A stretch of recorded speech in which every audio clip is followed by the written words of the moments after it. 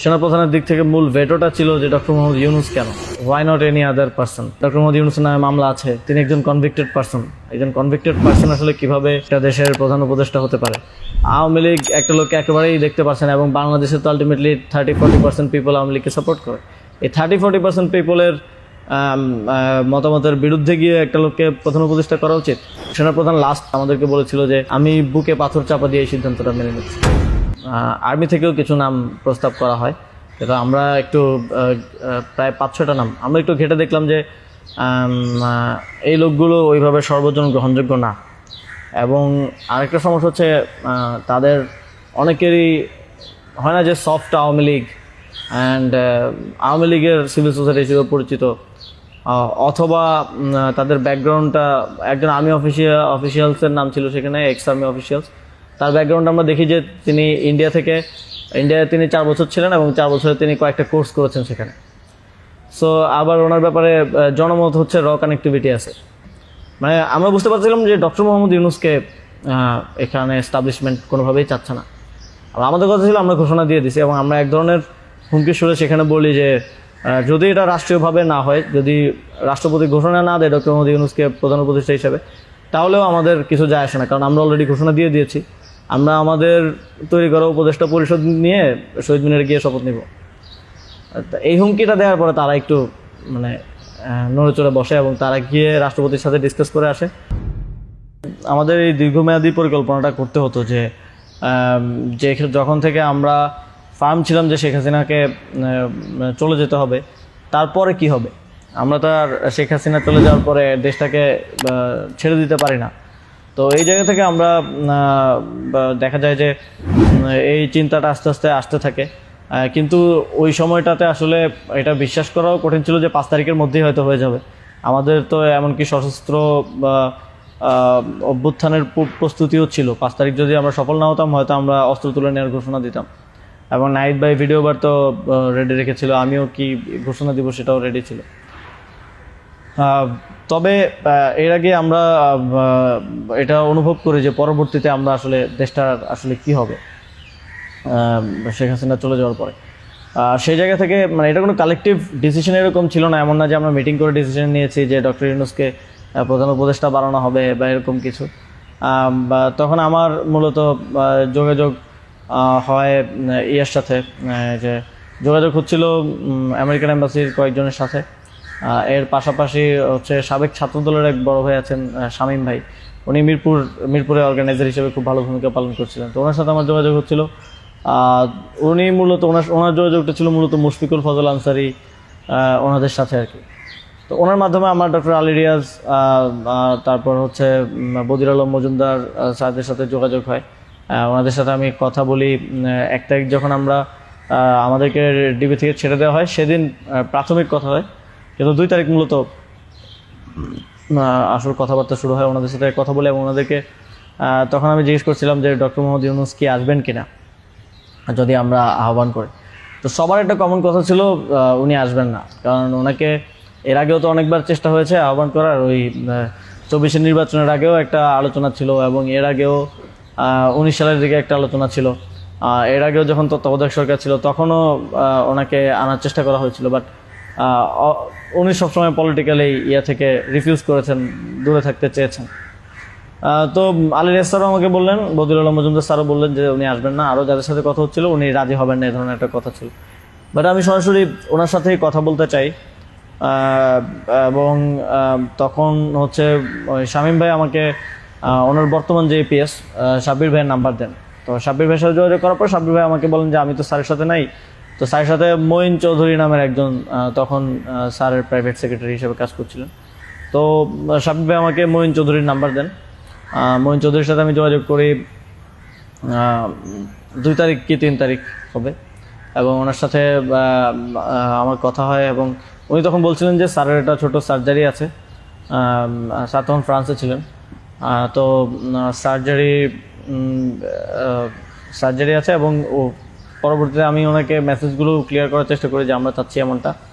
তো উনি স্যারের সাথে কথা বলেন। স্যার আমাদেরকে পরে একটা মেসেজ পাঠান যে তোমরা যেটা করতেছো আমি তোমাদের সাথে আছি আর কি। এটা হচ্ছে 2 তারিখের দিকে স্যার একটা মেসেজ আমাদেরকে পাঠান থ্রু মঈন চৌধুরী, কিন্তু তখনও কথা হয়নি। স্যারের সাথে আমার প্রথম কথা হয় হচ্ছে, মানে আমি বারবার ইনসিস্ট করছিলাম সরাসরি কথা বলতে, কারণ সবাই নিষেধ করতে, সবাই অনুৎসাহিত করতেছে যে স্যার আসবেন না, আদার অপশনস দেখার জন্য, প্রধান উপদেষ্টা হিসেবে অন্য কাউকে দেখার জন্য অনেক নামও আসতেছিল, অনেক নামও সাজেশন আসতেছিল। কিন্তু আমার চিন্তাটা ছিল যে আমাদের যে অর্থনৈতিক ভঙ্গুর পরিস্থিতি, তারপরে একটা বিশেষ পরিস্থিতিতে আমরা সরকার গঠন করলে সেটার জাতীয় আন্তর্জাতিক যেই স্বীকৃতির ব্যাপার আছে, এগুলো আসলে ডক্টর মোহাম্মদ ইউনূস ছাড়া পসিবল হবে না। তো সেই জায়গা থেকে আমি বারবার যোগাযোগ করার চেষ্টা করি। পরে মঈন চৌধুরী স্যারের সাথে আমাকে কথা বলিয়ে দেন, সম্ভবত ওনার নাম্বার থেকেই প্রথম কথা বলা হয়। এবং স্যারকে আমি অ্যাপ্রোচ করার পরে স্যার আমাকে বললেন যে আমি হচ্ছে তোমরা অন্য কাউকে ভাবো। এটা সম্ভবত 3 তারিখ। স্যার বললেন যে, এবং স্যার কয়েকজনের নামও বললেন যে তোমরা ওনাদেরকে ভাবতে পারো। এর মধ্যে 2-1 জন আমাদের উপদেষ্টা পরিষদেও আছে এখন। স্যার বললেন যে আমার লাইফটা তো ডিফারেন্ট, আমি ওইখান থেকে আসবো কিনা। এবং উনি বলেন যে তাহলে, আমি যখন বললাম যে স্যার আপনাকে ছাড়া হবে না, আপনাকে আসতেই হবে, তখন উনি বললেন যে আমি ভেবে দেখি, তোমরাও ভাবো, যদি আদার কোনো বেটার অপশন পাওয়া যায় তাহলে তোমরা ভাবো, আর আমিও ভেবে তোমাদেরকে জানাবো। তো 3 তারিখ তো অনেক কিছু আনসার্টেন ছিল, এক দফা শুধু ঘোষণা হয়েছে, কবে পতন হবে, কবে আসবে, এটা আনসার্টেন ছিল। তো আমার মনে হয় এটাও ডিসিশন নেওয়ার ক্ষেত্রে একটা বাধা ছিল সে সময়। কিন্তু আমি যথেষ্ট, আমার মনে হচ্ছিল যে উনি ডিনাই করলেও he is to some extent positive, যেটা বাকিদের থেকে আসতেছে যে একেবারেই আসবে না এরকম। আসিফ স্যারও বলতেছিল যে আসবে না স্যার, রাজি হবে না। তো আবার আমার মনে হচ্ছিল যে এই লোকগুলো তো সবাই স্যারকে পার্সোনালি চেনে, তো ওনারা বলতেছে, কিন্তু আমরা ইনসিস্ট করি, আমি ইনসিস্ট করি। এবং আমি তখন আসলে বাকিদেরকে জানিয়ে রাখছিলাম যে আমার স্যারের সাথে যোগাযোগ হচ্ছে। তখন এটা কোনো কালেকটিভ ডিসিশন ছিল না যে ওনাকে আমরা প্রধান উপদেষ্টা করব। আমি নাহিদ ভাই, মাহফুজ ভাইদেরকে জানিয়ে রাখি যে আমার ওনার সাথে যোগাযোগ হচ্ছে, দেখি এটা কোথায় যায়। আর সবার কাছেই তো তখন সময়টা আনসার্টেন ছিল যে কখন পতন হবে, কখন সরকার হবে। এটা অনেক ফার সাইটেড আসলে বিষয় ছিল ওই সময়টাতে, কারণ আমাদের মনে হচ্ছিল না যে 5ই আগস্ট পতন হবে। আমাদের মনে হচ্ছিল যে আরও হয়তো দীর্ঘ সময় আমাদের লড়াই করতে হতে পারে। ইভেন সব ধরনের সম্ভাবনাই ছিল, এটা একটা গৃহযুদ্ধের দিকে যাওয়ার পরিস্থিতিও ছিল ওই সময়টাতে। তো পরবর্তীতে যখন এরপরও স্যারের সাথে আমার কমিউনিকেশন, স্যারের টিমের সাথে কমিউনিকেশন চলছিল। 5 তারিখ মূলত স্যারের সাথে আবার কথা হয়। মঈন চৌধুরীর সাথে রেগুলারই কথা হচ্ছিল, প্রতিদিন 2-3 বার কলে কথা বলছিলাম।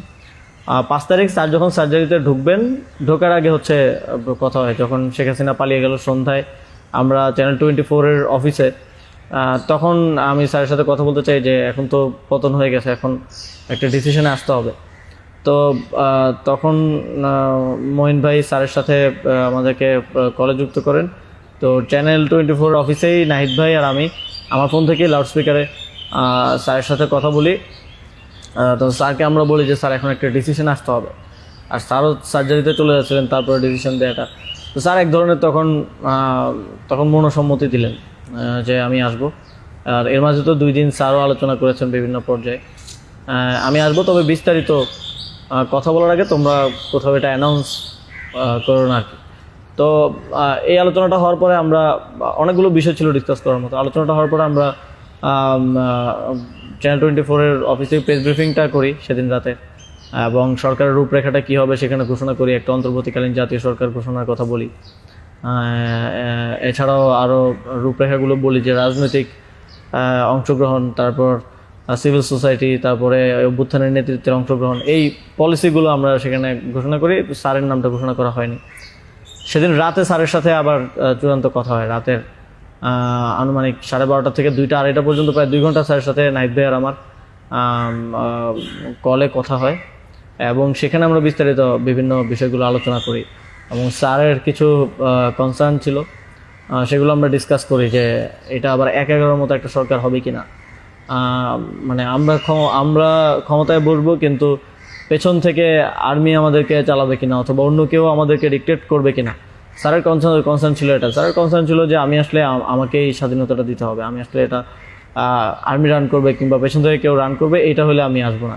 তা আমরা স্যারকে বলেছি যে আমাদের পজিশনে এটাই, যে গভর্নমেন্ট যদি আমরা ফর্ম করি, গভর্নমেন্ট স্বাধীনভাবে কাজ করতে হবে, এবং এখানে সেনাবাহিনী কিংবা অন্য কোনো অথরিটি যদি হস্তক্ষেপ করতে চায়, সেক্ষেত্রে আমরা মাঠ থেকে সেটাকে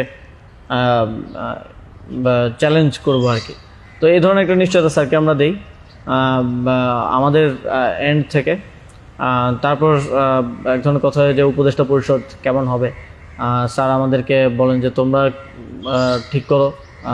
আর স্যার কিছু সাজেশন দেন। স্যারের টিম থেকে 6 তারিখ সম্ভবত প্রায় 5 তারিখ রাতেই 23-24টা নাম আসে আমার কাছে। তো ওই নামগুলোর সাথে আমরা যে নামগুলো ঠিক করি প্রায় কমন ছিল অনেকগুলো। তারপর আমরা একটা লিয়াজু কমিটি করা হয়, যারা হচ্ছে সকল রাজনৈতিক দলের সাথে আলোচনার ভিত্তিতে একটা উপদেষ্টা পরিষদ গঠন করবে। তো ওই লিয়াজু কমিটির আহ্বায়ক ছিল মাহফুজ ভাই। তো ওনারা কমিউনিকেশন শুরু করে দেয় জামাতের সাথে, বিএনপির সাথে, আরও যারা রাজনৈতিক দল আছে, সিভিল সোসাইটি আছে, তাদের সাথে যোগাযোগের মাধ্যমে সবার থেকে নাম প্রস্তাব আসতে থাকে। কিছু নাম ছিল কমন, আমাদের এখানেও কমন। যেমন কিছু মানুষজন, যেমন সালাউদ্দিন আহমেদ স্যার, উনি তো অর্থনীতিতে বাংলাদেশে মানে এই মুহূর্তে যদি আমরা চিন্তা করি তাহলে ওয়ান অফ দ্য বেস্ট। তো ওনার নামটা সব দিক থেকে আসে।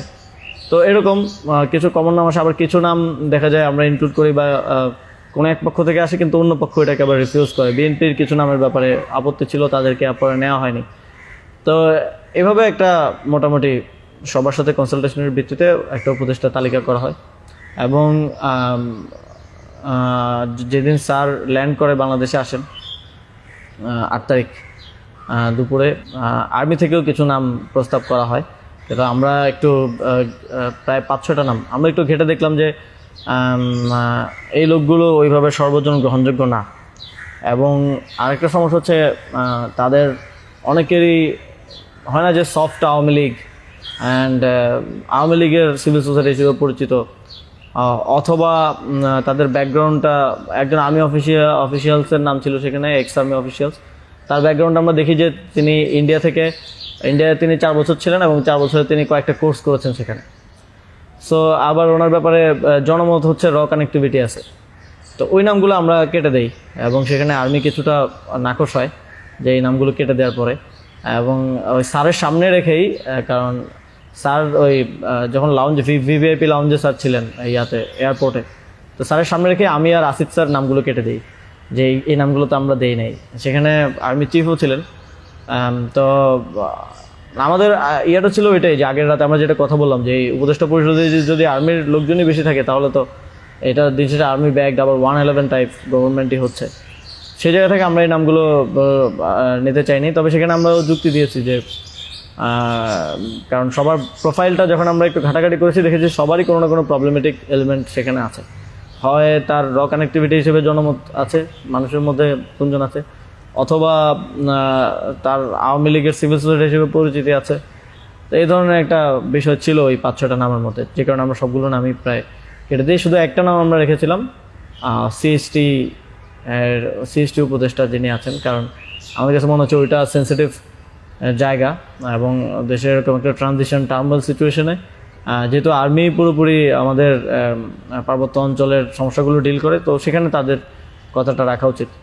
সে জায়গা থেকে ওনার নামটা আমরা রাখি, শুধু আর্মির প্রপোজাল থেকে বাকিগুলো কেটে দেওয়া হয়। তো এভাবেই একটা এবং এছাড়াও আরেকটা ইয়ে ছিল যে 6 তারিখ আর্মির সাথে আমাদের একটা বৈঠক হয়, 3 বাহিনী প্রধান তারপর রাষ্ট্রপতি, প্রায় 4 ঘন্টার একটা বৈঠক হয়। যেটার মূল কথাটা ছিল যে সেনাপ্রধানের দিক থেকে মূল ভেটোটা ছিল যে ডক্টর মোহাম্মদ ইউনূস কেন, why not any other person. তো আমরা আমাদের জায়গায় অ্যাডামেন্ট ছিলাম, বিকজ আমরা তো 5 তারিখ রাতেই ঘোষণা দিয়ে দিয়েছি যে doctor Mohammad Yunus will be the chief adviser of the next interim government. এবং সেটা এক ধরনের বৈপ্লবিক কায়দায় আমরা ভিডিও বার্তা দিয়ে ঘোষণা দিয়ে দিচ্ছি, আমরা কোনো নিয়মের কিংবা সংবিধানের তোয়াক্কা সে সময়টাই করি নাই। কিন্তু উনি বারবার বলার চেষ্টা করছিলেন যে ডক্টর মোহাম্মদ ইউনূসের নামে মামলা আছে, তিনি একজন কনভিক্টেড পার্সন আসলে কীভাবে হতে পারে, একটা দেশের প্রধান উপদেষ্টা হতে পারে। তো আমরা যখন এগুলো ডিবাঙ্ক করতেছিলাম কথাগুলোকে যে এগুলো তো আওয়ামী লীগের সময়ের পলিটিক্যালি মোটিভেটেড মামলা, এই মামলা তো দেখা গেছে সবার নামে পাওয়া যাবে, আমাদের নামেও আছে। তো এটা বলার পর আবার ওনারা আরেকটা কথা বললেন যে সোসাইটির একটা বড় অংশ তো আসলে ওনাকে হেট করে, এবং বড় অংশ বলতে উনি তখন সরাসরি বলেছেন যে আওয়ামী লীগের অন্তর্বর্তীকালীন সরকারটা তো সবার কাছে গ্রহণযোগ্য হতে হবে। এখন আওয়ামী লীগ তো ডক্টর মোহাম্মদ ইউনূসকে দুই চোখে দেখতে পারে না, একদম অপছন্দ করে। তো এখন এই আওয়ামী লীগ একটা লোককে একেবারেই দেখতে পাচ্ছে না, এবং বাংলাদেশে তো আলটিমেটলি 30-40% পিপল আওয়ামী লীগকে সাপোর্ট করে। এই 30-40% পিপলের মতামতের বিরুদ্ধে গিয়ে একটা লোককে প্রধান উপদেষ্টা করা উচিত। তো আমরা তখন বললাম আওয়ামী লীগ এমন কিছু না যেটা নিয়ে এখন আমাদের কনসার্ন হওয়া উচিত। আওয়ামী লীগকে আমরা পরাজিত করেই এই প্ল্যাটফর্মে আসছি, এখানে আমরা বসছি। আওয়ামী লীগ কি চাইলেও না চলে এটা এখন আর ম্যাটার করে না কোনোভাবেই। কিন্তু উনি বারবার এই কথাটা ঘুরে ফিরে বলতেছিলেন যে এই সরকারটা একটা নির্বাচন আয়োজন করবে, এই জন্য বিএনপি আওয়ামী লীগ সবার কাছে এই সরকারের গ্রহণযোগ্যতা থাকা প্রয়োজন। আওয়ামী লীগ তো প্রধান ডক্টর মোহাম্মদ ইউনূসকে একেবারেই দেখতে পারে না, ওনাকে আওয়ামী লীগ মেনে নেবে না উনি আসলে। কিন্তু আমাদের কথা ছিল যে আওয়ামী লীগ তো এখন আর এই মুহূর্তে ডিসিশন মেকিংয়ে আওয়ামী লীগ ম্যাটার করে না। এটা গণহত্যা ঘটনার পরে সে কি ভাবলো বা তার কি পজিশন, দ্যাট ডাজন্ট ম্যাটার। এরপরও ওনারা নানা ধরনের যুক্তি দিতে পারে, এবং শেষে 4 ঘন্টা এই বিষয়ের উপরে ডিসকাশন হয়। 4 ঘন্টা, আধা ঘন্টা হয়তো অন্যান্য ইস্যুস নিয়ে ডিসকাস হয়েছিল, বাট 4 ঘন্টা প্রায় 3.5 ঘন্টা ইস্যু নিয়ে ডিসকাস হয়। তো এখানে আসছিলাম আমি, নাহিদ ভাই, মাহফুজ ভাই আর নাসির ভাই, আর বাকি আমাদের সাথে যারা ছিল তারা বাইরে অপেক্ষা করছিল। আসিফ স্যার ছিল, তারপরে তানজিমুদ্দিন স্যারও ছিল, আরও সমন্বয়িকা ছিলেন আরও 10-12 জন, সবাই বাইরে অপেক্ষা করছিল আর কি এই 4 ঘন্টা। তো তারা বারবার 2বার হচ্ছে বিরতি দিয়ে আমাদেরকে আবার ভাবতে বলে আবার চলে যেত, আবার এসে আবারও একই জায়গা থেকে কথা শুরু করতো। মানে আমরা বুঝতে পারছিলাম যে ডক্টর মোহাম্মদ ইউনূসকে এখানে এস্টাবলিশমেন্ট কোনোভাবেই চাচ্ছে না। আর আমাদের কথা ছিল আমরা ঘোষণা দিয়ে দিছি, এবং আমরা এক ধরনের হুমকি সুরে সেখানে বলি যে যদি এটা রাষ্ট্রীয়ভাবে না হয়, যদি রাষ্ট্রপতি ঘোষণা না দেয় ডক্টর মোহাম্মদ ইউনূসকে প্রধান উপদেষ্টা হিসেবে, তাহলেও আমাদের কিছু যায় আসে না, কারণ আমরা অলরেডি ঘোষণা দিয়ে দিয়েছি। আমরা আমাদের তৈরি করা উপদেষ্টা পরিষদ নিয়ে শহীদ মিনারে গিয়ে শপথ নিব। এই হুমকিটা দেওয়ার পরে তারা একটু মানে নড়ে চড়ে বসে, এবং তারা গিয়ে রাষ্ট্রপতির সাথে ডিসকাস করে আসে। এবং সেনাপ্রধান লাস্ট আমার মনে পড়ে আমাদেরকে বলেছিল যে আমি বুকে পাথর চাপা দিয়ে এই সিদ্ধান্তটা মেনে নিচ্ছি। এবং আমাদের জায়গাটা ছিল খুবই রিজেক্ট, যে ডক্টর মোহাম্মদ ইউনূসকে না আনতে পারলে এখানে একটা শক্ত সরকার গঠন করা পসিবল হবে না। এবং আর্মির যেই মোটিভেশন ছিল, এটা আবার 1-11-র মতো একটা সরকার গঠন করার তাদের মোটিভেশন ছিল। যখন তারা নামগুলো দেয়, 6টা-7টা উপদেষ্টার নাম দেয়, তখন এটা বোঝা যায়, এবং ডিকটেট করার এক ধরনের। তো আমরা যদি এখানে অন্য কাউকে নেই যার পার্সোনালিটি এত স্ট্রং না, তাহলে আলটিমেটলি আমরা আসলে অন্য কারো দ্বারাই পরিচালিত হব, ড্রিভেন হব। এই সরকারটা আত্মনির্ভরশীল একটা স্বতন্ত্র সরকার হতে পারবে না। তো তারপর তো ঘোষণা দেয়, রাষ্ট্রপতি ঘোষণা দেয় ডক্টর মোহাম্মদ ইউনূসকে প্রধান উপদেষ্টা হিসেবে 6 তারিখে, এবং 8 তারিখ হচ্ছে পরবর্তী উপদেষ্টা পরিষদটা গঠিত হয়। 8 তারিখ শপথ অনুষ্ঠানটা হয়। স্যার যখন সার্জারি শেষ করে দেশে আসেন, তারপর ওই দিন সন্ধ্যায় সরকারটা গঠিত হয়।